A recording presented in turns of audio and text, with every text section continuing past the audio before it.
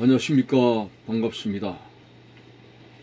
1월 16일 월요일 10분 말씀을 전해드리겠습니다. 성경 말씀은 누가복음 17장 37절 되겠습니다. 그들이 대답하여 이르되 주여 어디 오니까? 이르시되 죽음 있는 곳에는 독수리가 모이느니라 하시니라. 아멘. 예수님께서 자신의 재림에 관한 종말론적인 말씀을 제자들에게 하셨습니다.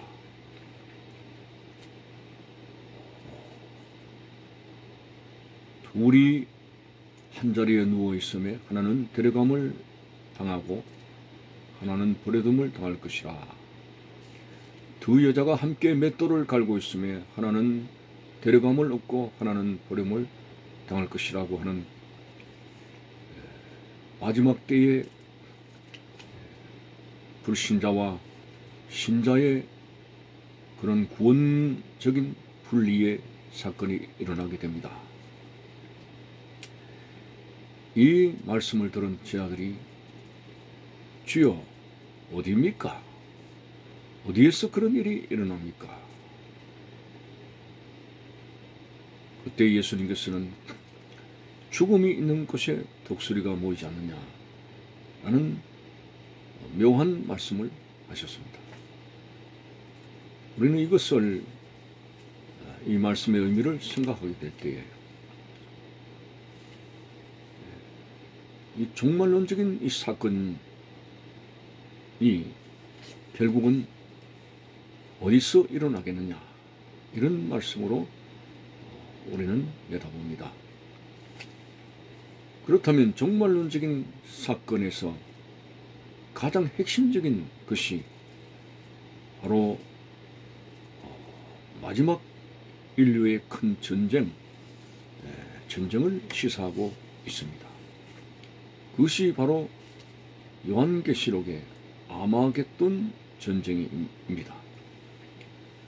이 아마겟돈 전쟁이 어디서 일어나겠느냐 라는 말로 제자들이 어디서 이런 일이 일어나겠습니까? 라는 질문에 대한 대답으로 보고자 합니다. 자, 마지막 때에 일어날 가장 핵심적인 사건이 바로 아마겟돈 전쟁이라고 말을 할 수가 있습니다. 이 아마겟돈이란 말은 바로 머깃도라고 하는 말입니다. 이 머깃도는 바로 예루살렘 근처에 있는 한 지역을 두고 이야기를 합니다.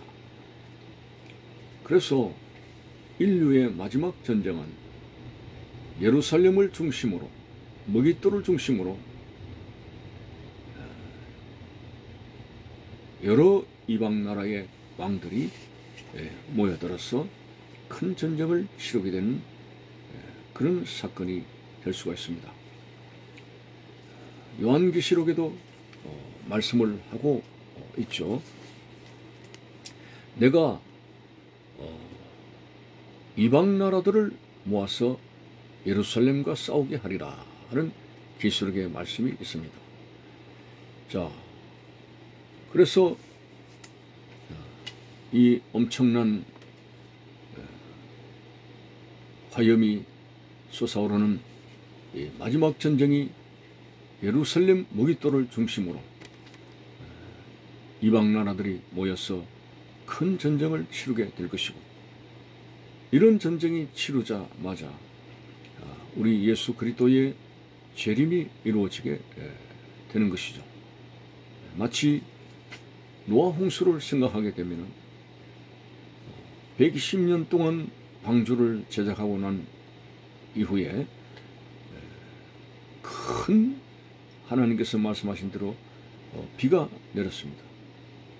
그래서 비가 내리고 온 세상이 물속의 큰 환란을 맞이하게 됐을 때에 노아의 가족들은 유유히 방주 안에 있기 때문에 구원에 이르게 되는 여정을 가게 됩니다.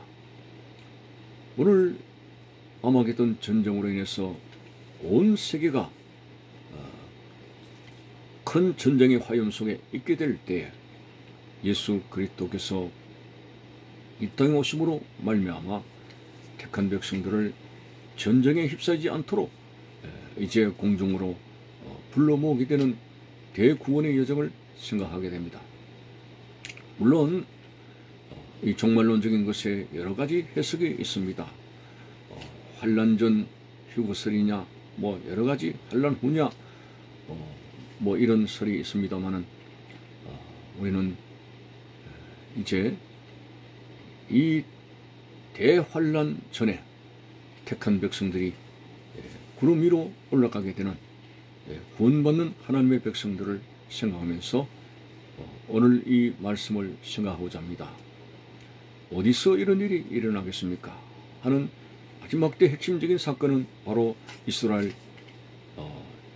머깃도에서 일어나게 되는 사건이라고 볼 수 있으며, 그래서 죽음이 있는 곳에는 독수리가 모인다는 말씀은 독수리는 썩은 고기를 좋아하게 되는 것이죠.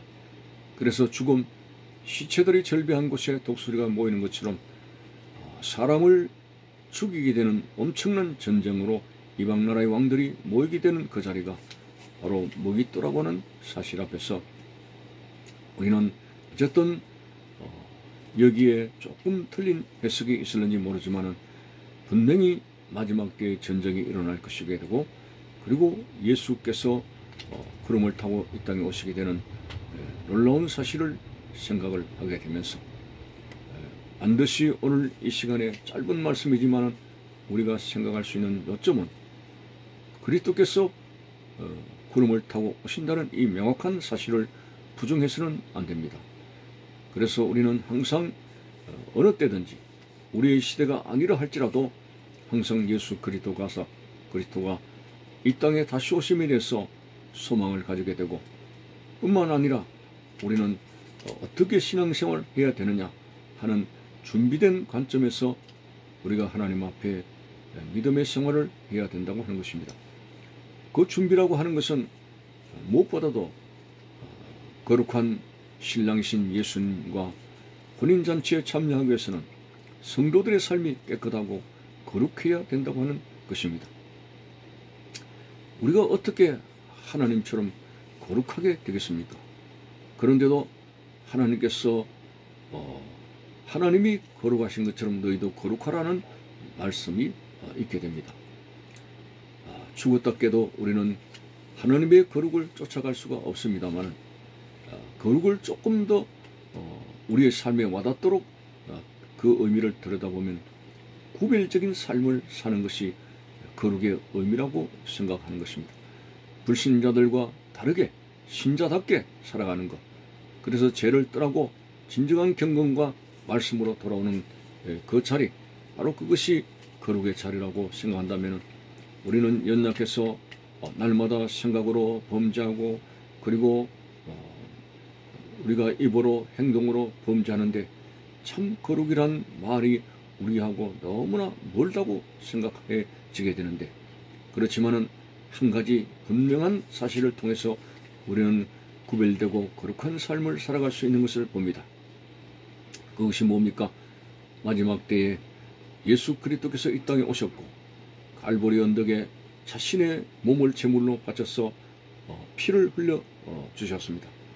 그래서 우리가 거룩하고 구별되어지는 삶은 예수 그리스도의 피를 통해서 가능하게 된다는 사실을 여러분에게 말씀드리는데, 무엇보다도 예수님께서 회개하라, 천국이 가까이 왔다. 이 회개, 오늘 회개가 우리의 삶의 중심이 된다면은 그 회개에 대한 모든 죄에 대해서 그 아들 예수의 피가 우리를 깨끗하게 하실 것이라 했으니, 우리의 죄가 주홍같이 붉을지라도 우리의 죄가 목과같이 금을지라도 흰눈같이 희게 되는 그런 그리스도의 피의 은총을 우리는 받게 될 것입니다. 그래서 종말론적으로 말씀을 드리는 것은 우리의 힘으로 이 죄악 많고 사탄 마귀가 우는 사자처럼 삼킬 자를 찾고 있는 이때에 교회가 세속에 물들고 많은 신자들의 신앙을 잃어가는 이때에 우리가 정신을 차리고 주님 앞에 그 잘못을 했지만 하나님 앞에 회개 중심으로 살아간다면 우리 자신의 죄를 인정하고 죄를 고백하는 그런 회개 중심으로 살아가게 될 때 우리 예수 그리스도의 피로써 정결함을 받을 수 있으므로 우리는 다시 오실 예수님 앞에 설 수 있는 하나님의 백성이 되는 마지막 때에 하나님 백성이 되는 원리를 발견하게 됩니다. 어쨌든 이 땅에서 마지막 전쟁이 있게 될 것이고 예수께서 다시 오시는 이 신랑 되신 주님이 오신다는 사실 앞에서 우리는 회개 중심으로 예수 그리스도의 피를 힘입고 하나님 앞에 설 수 있는 구별된 생활이 되시기를 바라는 것입니다. 감사합니다.